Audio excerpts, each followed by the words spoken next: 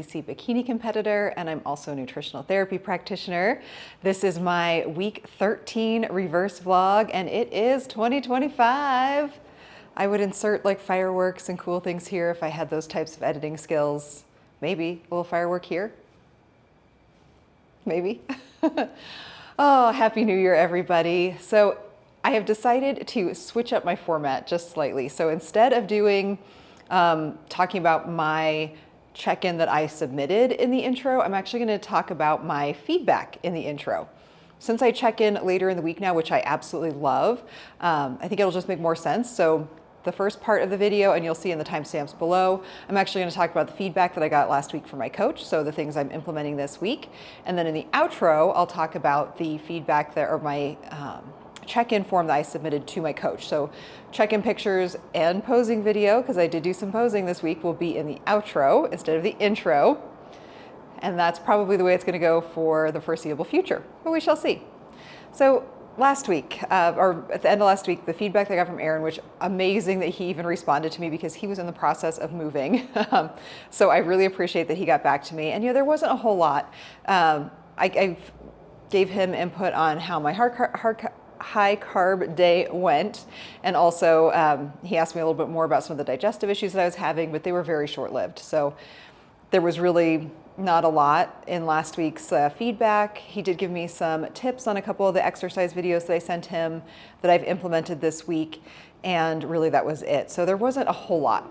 So it was a pretty easy, quick feedback. I appreciate the feedback he gave me with some tips, and really that was it. So not a lot to report from last week. It was just kind of a normal week. I loved my high carb day. It was awesome. This week, I am planning on making it's called PSMF, so protein sparing modified fasting style bread. I have known about this for a long time, but I've never made it.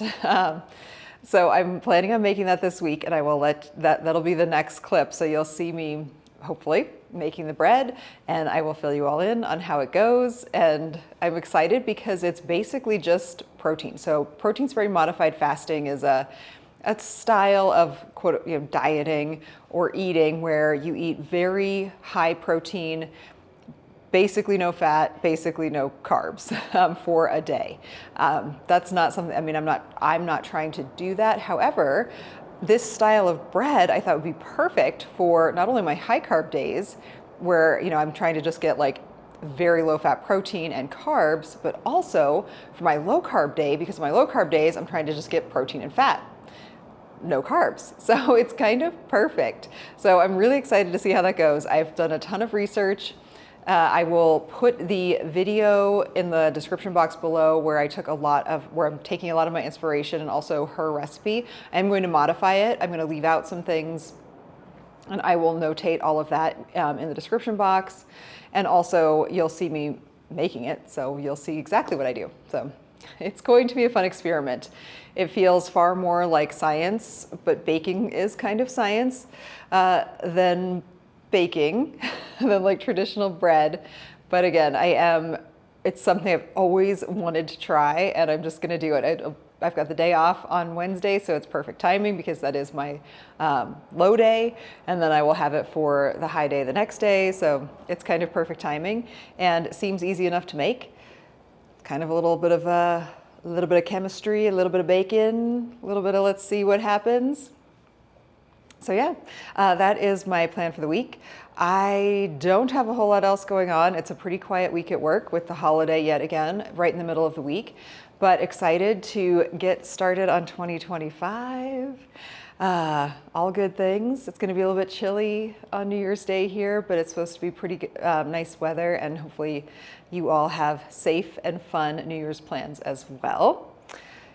So the next clips will be of me making the PSMF bread, and then, like I said in the outro, I am going to go over the check-in that I submitted to Aaron, and also fill you in on how it goes with the PSMF bread and anything else that came up during the week. I am going to talk also in my outro about kind of goal setting for 2025 and some of the things I'm personally going to be working on for 2025. And I would love to hear if you guys are the type of type of people who do resolutions or have specific goals for 2025. I'd love to hear about it and love to find ways to, kind of help and support each other through all of our goals in 2025.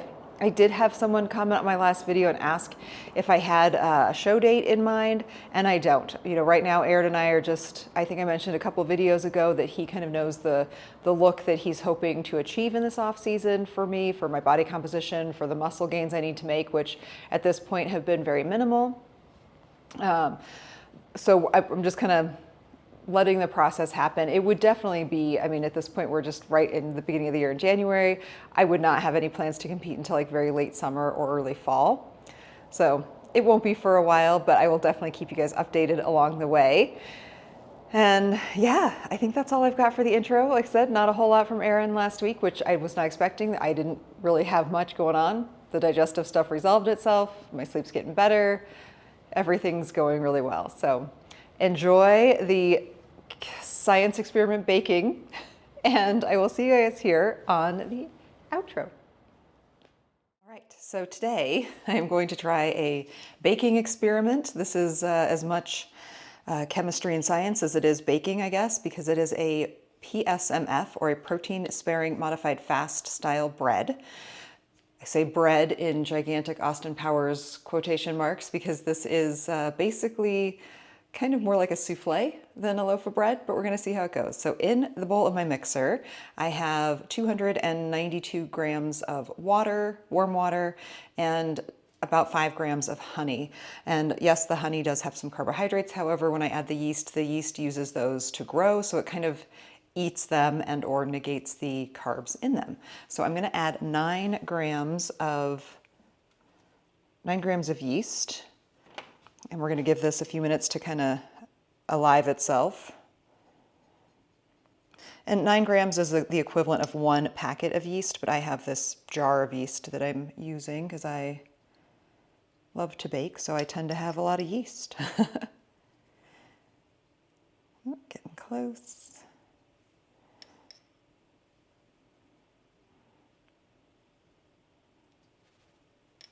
Tiny bit more. We're gonna stop there, because even though it says 8, it tends to, there we go, goes up to 9. Perfect. So I'm gonna give that just a little whisk to kind of combine everything, and we'll let it bloom or grow for about 5 minutes, and then I will be back to show you guys the next step. All right, so it's been 5 minutes, and as you can see, my yeast has gotten nice and frothy. I'm gonna add the rest of the ingredients now, and they are, like I said, they're a little weird. This is more of a science experiment than it is a normal bread recipe. So the first thing I'm gonna add is 10 grams of the psyllium husk powder. You guys have seen this, I get it on my subscribe and save. We're gonna do 10 grams. You could also use, in fact, this recipe that I found uses the psyllium husks, not the psyllium husk powder, but I have the powder, so that's what I'm using. And then I'm going to do some allulose. The recipe says you can use anywhere from 20 to 80 grams of allulose, and the allulose is gonna give it like, help it brown so it's not just white, and also make it softer. So it's tough to say like where you wanna go with this. I'm gonna maybe do like 40 grams, seems like more than enough. And we can always adjust from there. Let's just do 30. That seems like a lot. All right, and then some salt. We're gonna do about 5 grams of salt. That was almost perfect. And I really don't have even like measuring cups and things because I just use my scale for everything. So the recipe, I'll show it, I'll put it in the link below, or I'll put it in the description box. Does give the equivalent in like measurements, but I just use my scale for everything, so. All right, and then the last ingredient is probably the most important ingredient, is the egg whites. So this is just, and I have not opened this yet, this is just egg white powder. Oh, it's gonna be messy because it's very, very powdery. Ooh, yep. So this is the Now brand, Now Sport egg white protein powder. And we're gonna do 100 grams of this. So let's tear this out. Come on. And I'm gonna grab a little scoop here. We're gonna do 100 grams. This I would absolutely recommend weighing because I think the weight volume is would be so hard with a measuring cup, because I think you could get it like packed down or.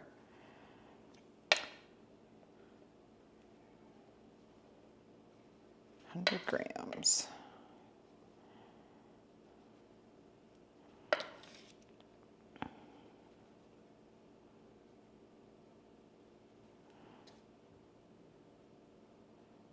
Just a couple more. There we go. There's our 100. Okay.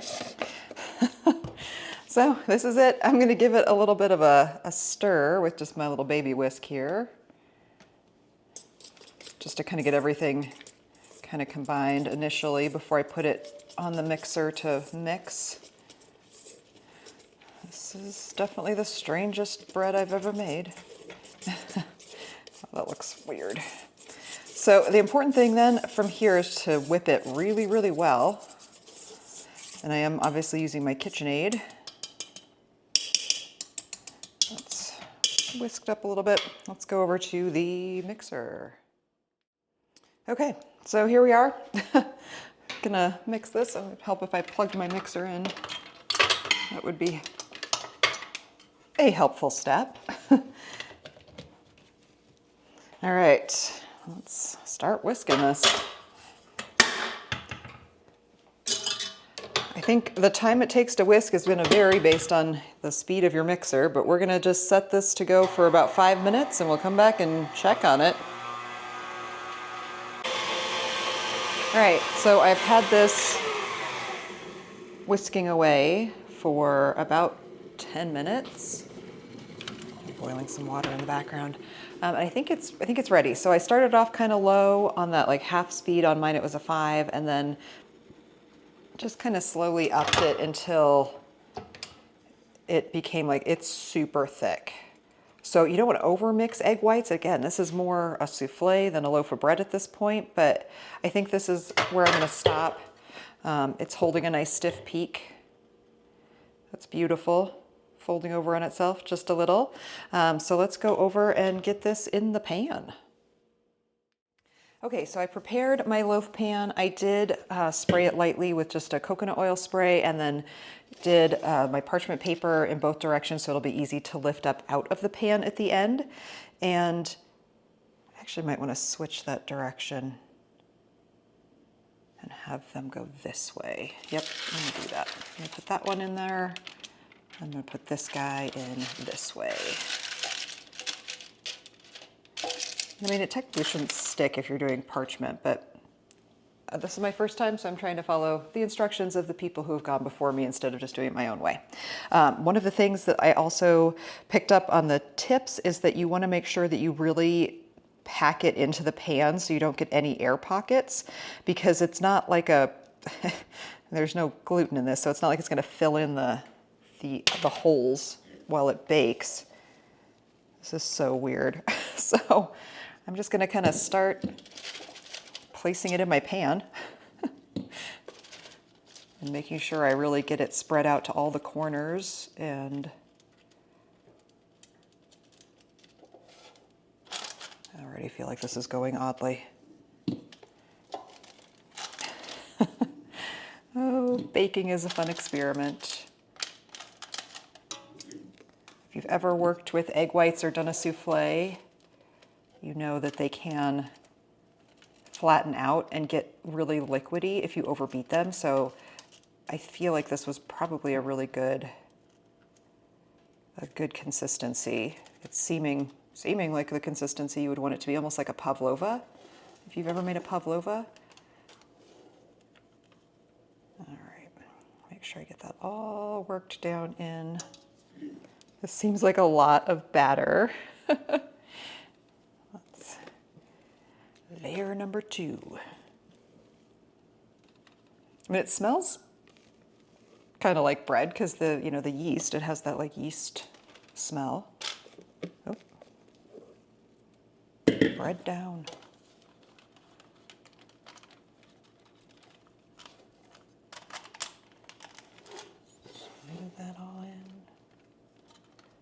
will probably speed this up now so you guys don't have to listen to me talk through all of this. Just keep kind of layering it. I'm going to give it a little tap at this point, just a halfway tap. Oh my gosh, this is a weird one. But I am excited. I mean, it's going to be something. It's going to be something fluffy.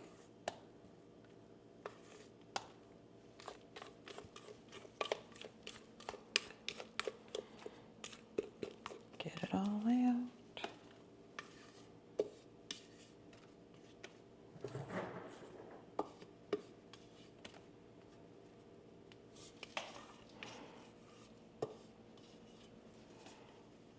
All right.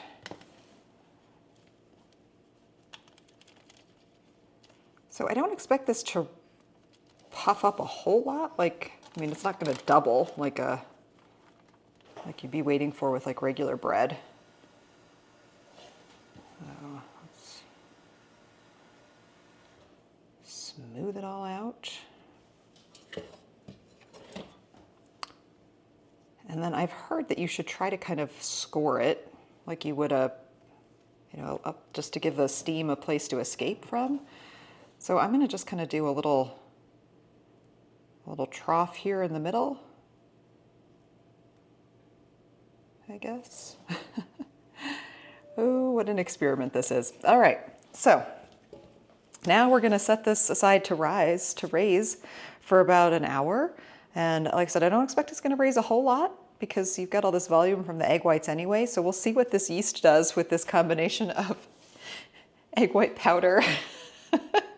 Yeah, we'll be back. We'll see what happens. So unfortunately, I completely forgot to show you guys what it looked like after it was done proofing, but it didn't really change much. It looked basically the same as I predicted. It did not rise much. Now, the instructions that I watched said to bake this for a total of about 30 minutes. 15 minutes, then you rotate it, and another 15 minutes. However, it was starting to smell really, really done. So I did 15 minutes, I rotated it, and then like 5 minutes later, it was really starting to smell like it was cooking a lot. So I ended up turning the oven off. So it's been in there now for an additional 15, so like it was in for another 5 minutes with the oven on, and then I turned the oven off. And I'm actually gonna take it out now, and it's been in for just shy of like the second 15 minutes. So it's been in about 28 minutes total. And as you can see, it has gotten quite toasty on the top, and I don't want it to dry out, so I'm taking it out.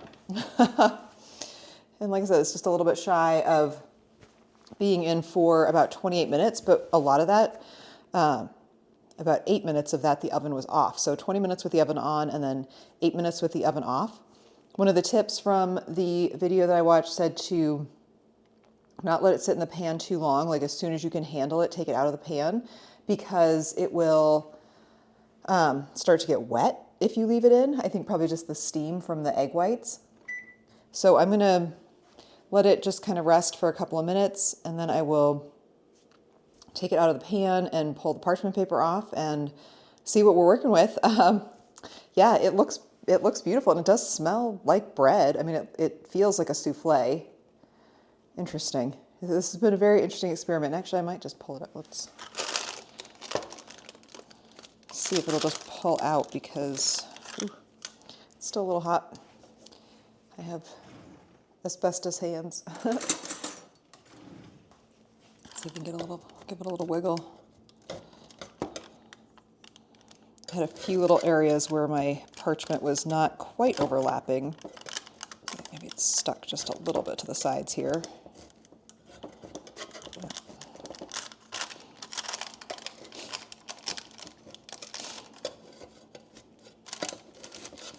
I'm honestly really excited to try this.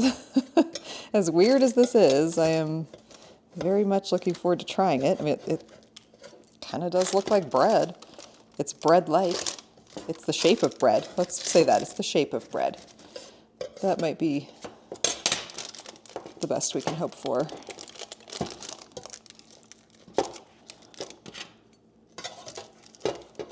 Where are we sticking here?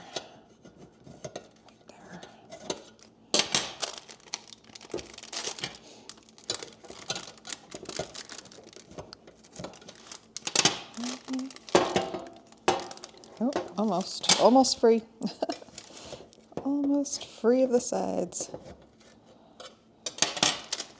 There we go. There. Yeah. Yeah.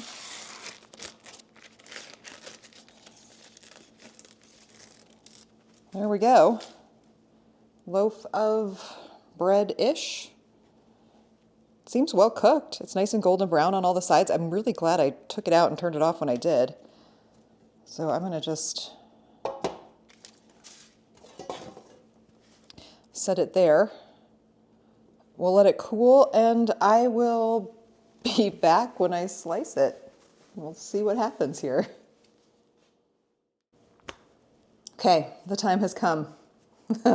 Let's cut this bread and hope that it's a little less couch cushion and a little more bread. As it does smell good.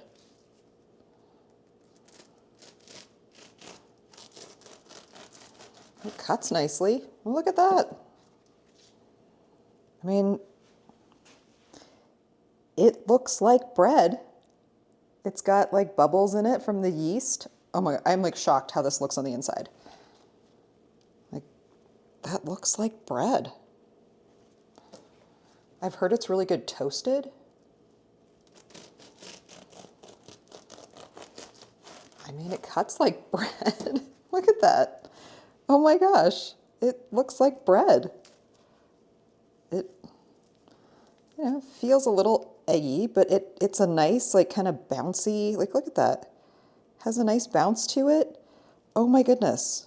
Did I just like land on something that could be like monumental for low carb days? All right, I'm gonna try a little bit of it.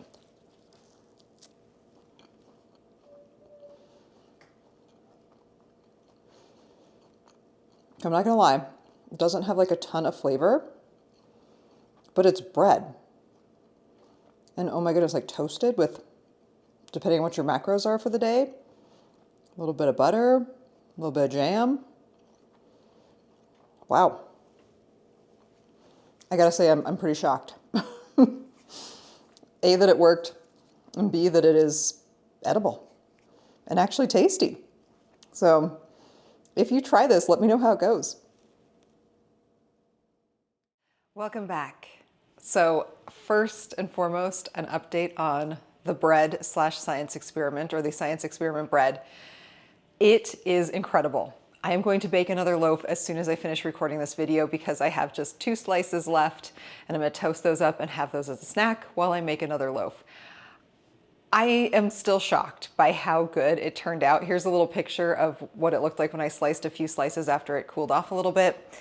If I did not know that it was not real bread, I would probably think it was gluten-free bread just because it is a little bit chewier.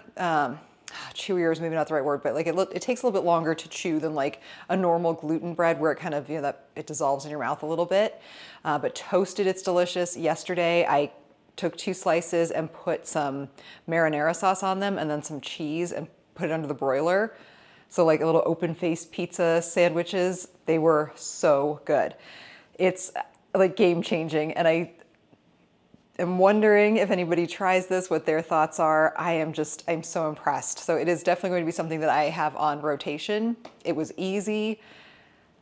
I don't know if maybe it was like first time luck that it just turned out so well, because certainly if you watch the video that I link where the woman kind of talks about how to make it, I mean, she makes it seem like it's like really complicated and really finicky. And maybe it's just because I do bake so much that, like, to me it was super straightforward and didn't seem finicky at all. But who knows? If the next loaf I make is a disaster, I will let you guys know. But as of right now, I am a huge fan. Highly recommend it, especially for those of you that do have low carb days or low fat days that are high carb, where you need low fat protein sources. I mean, it's essentially fat free.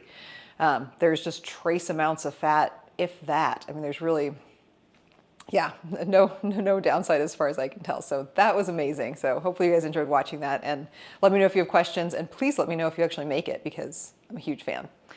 So let's talk about my check-in for the week. I do have pictures, my check-in pictures, and also a brief posing video. Still struggling with feeling like I have lost my mojo, but that's not a topic for this week. That's last week. So Let's talk about my check-in. So before my check-in day is Thursday, and that's also supposed to be my high carb day. So last week you guys heard me talk about the high carb day that's been implemented. However, since my check-in last week, my weight has just kind of skyrocketed up, and I tried really hard to not let that get in my head and keep it to myself and not reach out to my coach and not annoy him with my, insecurities and thoughts about weight gain. But Thursday morning when my weight was up even more, I did reach out to Aaron just because I wanted to see if he still wanted me to proceed with the high carb day, given how much my weight had increased since my check-in. He's been in the process of moving and traveling. And like I said, I didn't want to bother him, but I felt like I had to on Thursday morning just to kind of get some direction about what to do. So let's talk about that first, and I'll talk about what I sent him as my actual check-in. So I just said, good morning, I'll send my check-in through later, but wanted to touch base with you about my weight. It's been rapidly going up the past week, and I'm getting pretty uncomfortable with the rapid increase. No off-plan meals or missed workouts. Today is supposed to be a high day, but that doesn't seem like a great idea given the gain this week. What do you think? So he wrote back that we can slow things down a bit, but it's likely a response of storage your body wants after being so lean for so long. If you were to completely ignore the numbers, honestly, how are you feeling? Think about every other metric aside from weight. Okay, so that was awesome, right? Definitely gave me a moment to kind of, snap out of it a little and really reflect on how I'm feeling, which in the moment was not easy. But I did say recovery, workouts, and energy feel good. I have notable changes in how my body feels, generally feeling and looking soft, which I don't hate, but it's different. I am concerned as always with overshooting and getting fat. I haven't weighed this much in a couple of years. The last time I weighed as much as I'm weighing right now, and again, body composition changes year to year, which is a good thing, was, at this point almost 2 years ago was the last time I was at this weight. So I'm trying, I don't want to be triggering anybody, but all of that aside, this is me being really, really honest with you guys and with my coach about how I'm feeling. He said, trust me, it's much needed and you're far from gaining fat levels that are anything but healthy. But for peace of mind, I can slow it down a little bit. I wrote back, I trust you, and I really appreciate your patience with me as I work through this. I don't know what this process should look like, and I have full faith that you will not lead me astray. And I said, don't be afraid to tell me to stick with the plan. So he sent back a really nice audio response to me, just kind of saying, I need to put on some body fat. I'm still very lean, just reassuring. And I said, thank you. Sounds good. Thank you. I'm trying to remind myself of the necessary and needed return to hormonal functions and overall health. If you guys don't follow the AB Live podcast, we go live every weekend. I will link it here. The one from this past Saturday or Sunday, I had a couple of questions about kind of hormonally how I'm doing and what my HRT protocol is and things like that. So if you're interested in hearing more about that, definitely go watch that. It was in the first part of it, and there are timestamps in there as well. So questions about my hair loss, because I am on thyroid medication for hypothyroid, which I've been on for many, many years. It's nothing to do with bodybuilding, and just some other kind of questions about my hormones. I've not had my menstrual cycle return yet.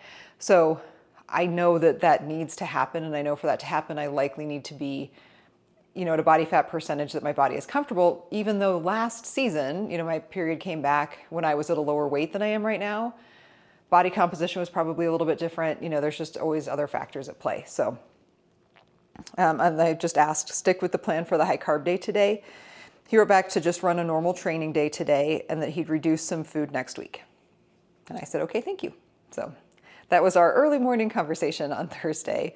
And then I did send my check-in form as scheduled with all the normal check-in stuff. So I'll go through that now. So I guess the long story short there is my weight had a pretty rapid increase over the course of the 7 days, and I didn't have any New Year's Eve parties or dinners out or off-plan meals or anything. So it just is what it is. It is what it was. So back onto the check-in form. So first question is about digestive issues. I said none, back on track. How do you feel overall well-being? I said trying hard not to let the rapid weight gain this week get to me. Other than that, I'm feeling good. Okay. Asked about recovery, how I'm feeling, where I'm at in my mesocycle. So this is my week 2 of my mesocycle. I said I had good sore calves one day. Like I did. I got up in the middle of the night to go to the bathroom. I'm like, oh wow, my calves are sore. I'm like, yeah, I did calves today. So that was actually good. I mean, it means I was I just do one set of calves. It's just a set of 15, or one set with 2 reps, so 15 and then 13. But I get a good stretch on them and really push the weight. So since I'm on week 2 of mesocycle, my reps in reserve should be around a 2. So I really tried hard to push it, and clearly it worked because my calves were sore. I said a bit of soreness in my shoulders and glutes, just a reminder that they got some work, all gone by the following day. So when I say that, what I really mean is, like, you know how that feeling, like the day, like for the 24 hours after a workout, like you kind of feel like maybe if you bend a certain way or move a certain way, like, oh yeah, like I feel that. But it's not like you're like sore or like crippling DOMs or anything. Same thing with the shoulders, like maybe just like a little bit of like, oh yeah, they feel a little fatigued or a little bit sore throughout the day, but they never felt like they weren't recovered for the next workout. So it just lasted like a day, but it was good, like good sore. If there are any exercises I'm having issues with, I said none. I wasn't able to get any footage earlier in the week, but I did implement the suggestions that he gave me, or the feedback that he gave me from the previous week, and that I'd try and get some videos on Friday or Saturday. Anything else I should know is the next question: nutrition, schedule, personal. I said I'm hoping that the weight gain could be a sign of ovulation, and that's something I thought of like after I, reflected on that little brief conversation that he and I had on Thursday morning. For me, I know that I do tend to have a little bit of a weight jump when I ovulate. So maybe that's what's happening. I can be really hopeful that it is. And it's, when you haven't had your regular menstrual cycle, even for a few months, like you do kind of forget is not the right word, but maybe like it goes out of your mind, because those hormonal fluctuations that women normally have throughout the month aren't there, for an extended period of time. So when they come, like, I had to remind myself, like, oh yeah, like when I ovulate, I do tend to have a little bit of a weight spike that then, goes away. So maybe that's what it is. Again, just trying to be hopeful that that's what it is, and it's not, just a lot of fat gain. So I said I do tend to hold water around ovulation, so maybe weight up is a good sign. I will keep you updated. Next question is about weight, blood pressure, how many liters of water I drink a day, ability to stick to the diet, quality of sleep. I actually give myself a 7 this week because my sleep was a little bit better. The holiday helped. I had a day where I could actually kind of sleep in a little bit. I really struggle to sleep in, even if I can. My body wants to be up at a certain time, but I did go back to sleep on New Year's Day.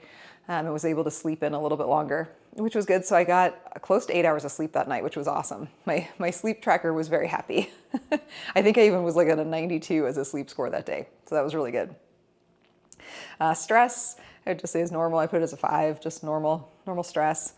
Glucose, steps, any other supplement changes or side effects, all that. And then the big question, personal goals for the week. Be honest, areas you could do better in.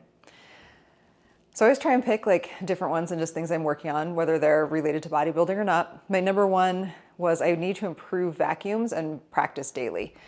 I have felt like I've struggled a little bit to connect with my vacuums, and this happened, I really noticed this happening in between my shows. Like I just all of a sudden started having difficulty like connecting with my vacuums. Like I always felt like I could pull a really strong vacuum, abdominal vacuum, and I just kind of started feeling like I couldn't, so I then wasn't practicing them as much, which then I'm not feeling them a lot. So I've really though been struggling, and I think part of it is just with the more, like now that I'm eating more, that I don't necessarily feel like super empty in the morning, and I think that's part of it, but I also know that a lot of it is just that I'm not practicing them enough. Or maybe my form needs some improvement, so I'm looking to hopefully get some feedback from Aaron on that, because that is something I know he can help me with a lot. Number 2, continue to develop alternate professional relationships I've been working on. So this is just me, looking for, building the relationships in the professional fields that I'm a part of with other providers and other people and other practitioners in the field, just as a general, kind of life and work goal.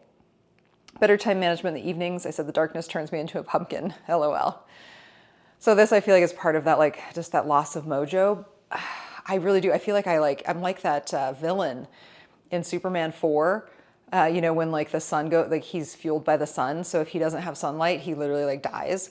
And I feel like that's kind of me, and it's like the sun goes down and I just like, it's like I feel like I should be asleep. But then I also like want to stay up because I have FOMO.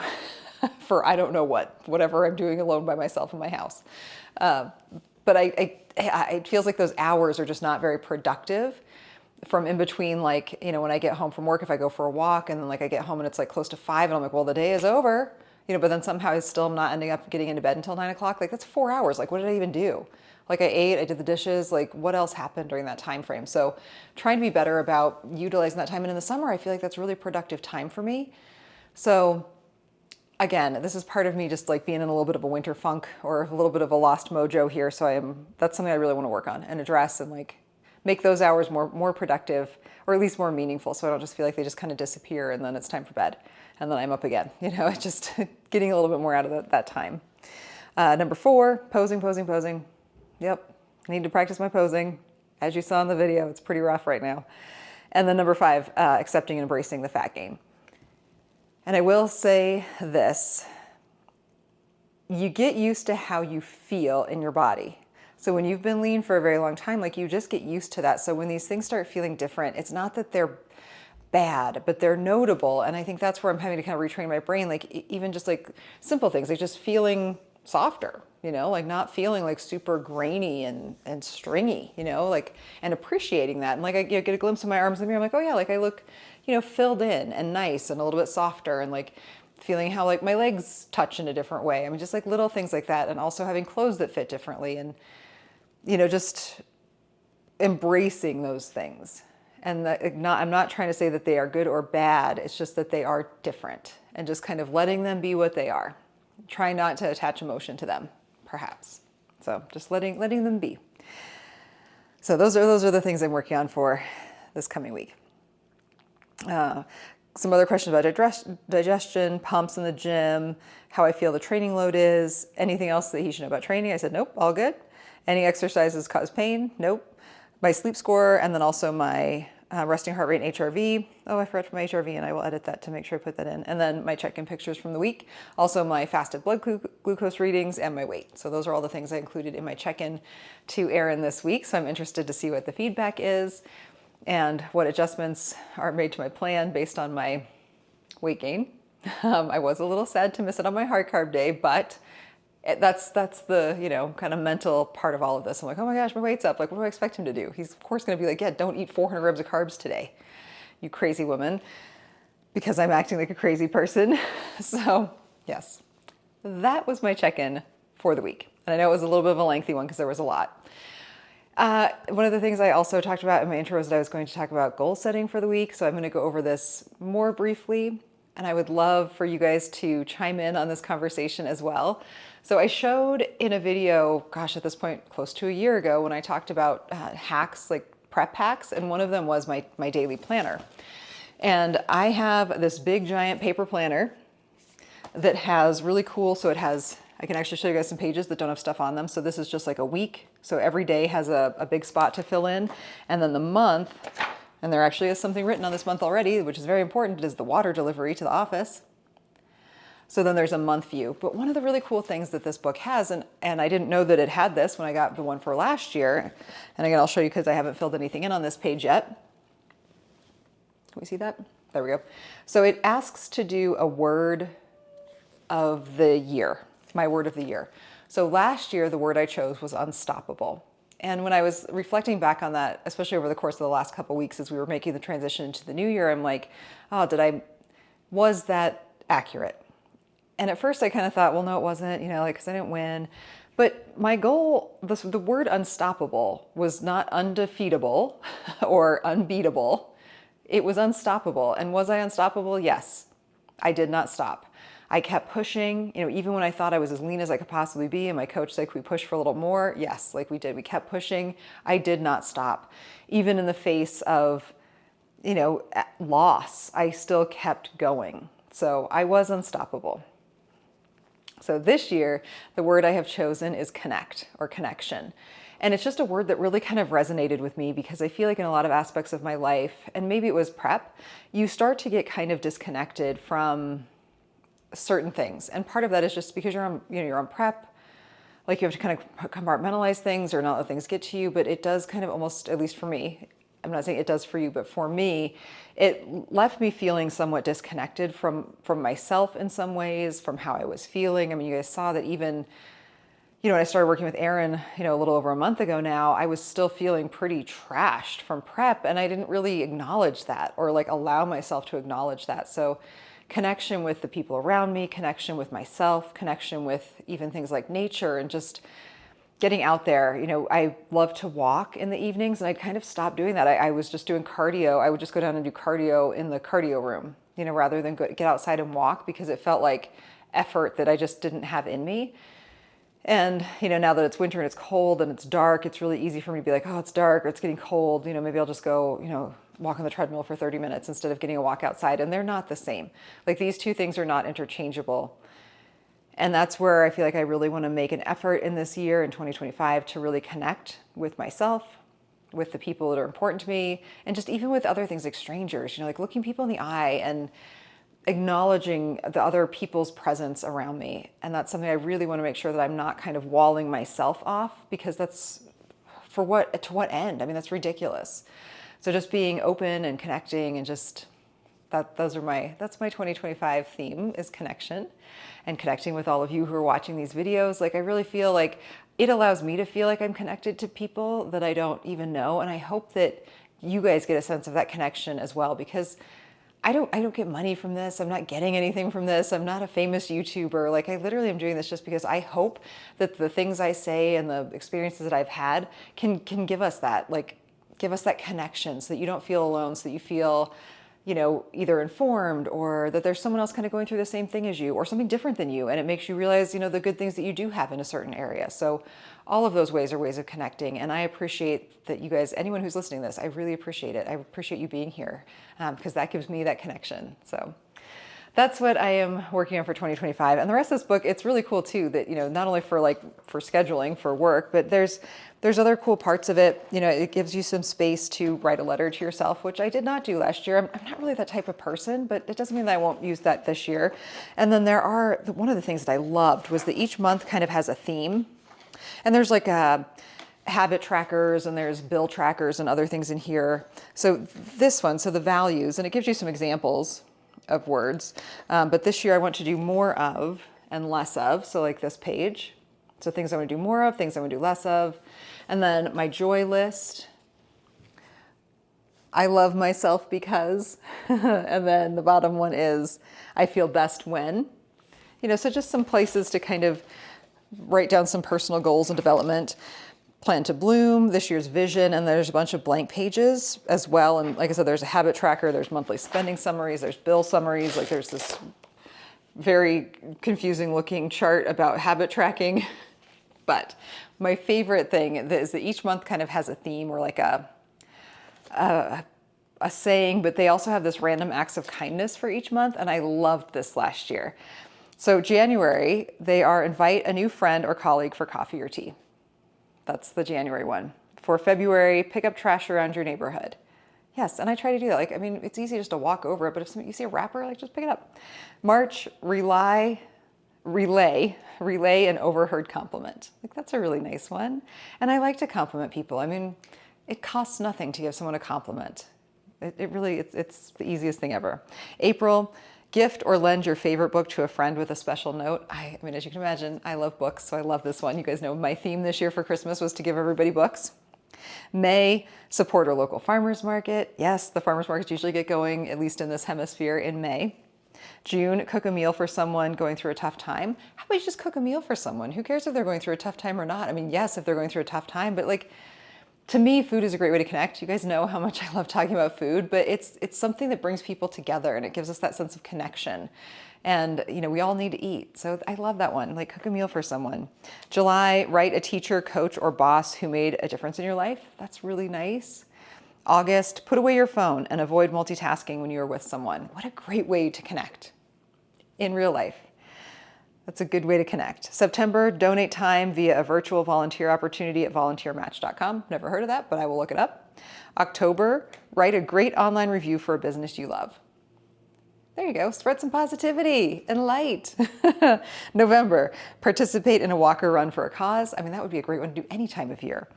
And then December, leave snacks and refreshments for delivery drivers. So just great ways to, like, again, random acts of kindness or spread some joy. If you are wondering on ways to spread positivity and light, there you go. There's a whole year of ways you can spread positivity and light to yourself and everyone around you. Because all of these things, when you help other people, and it helps you as well. It's a way of making yourself feel better and be better as a person. And then there's a bunch of blank pages for notes and other business kind of things in there. So there we go. Connection, connect. That's my 2025 goal, my 2025 theme. All right, well, that's it for this video. I know it was a long one. This outro is over 20 minutes long, but I hope you guys try the bread, try the PSMF bread. Let me know what you think. Let me know how it goes. And I would love to hear more about that. If you want to connect with me, please do in the comments, on Instagram, wherever you are. I would love to connect. And until next week, we'll be well into January. Spread positivity and light to yourself and everyone around you. You are worthy. You are amazing. I appreciate the connection that we have through this platform and just through this cool world that we live in. So have an amazing weekend and a great week. I will see you here next time.